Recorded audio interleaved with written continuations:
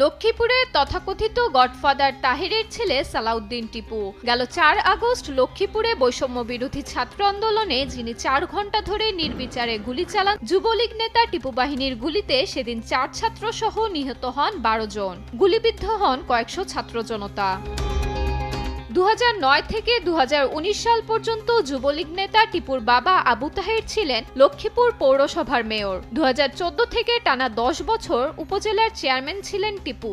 এই সময় টিপুর পরিবার একচ্ছত্র আধিপত্য বিস্তার করে দখল বাণিজ্য, টেন্ডারবাজি আর চাঁদাবাজিতে আগ্রাসী হয়ে ওঠে। নির্বাচিত হয়ে সাধারণ মানুষের উপর সবসময় নির্যাতন, অবিচার, অত্যাচার করেছে। তার বাবা আহমেদ তাহেরও এইভাবে অত্যাচার, অবিচার করেছে।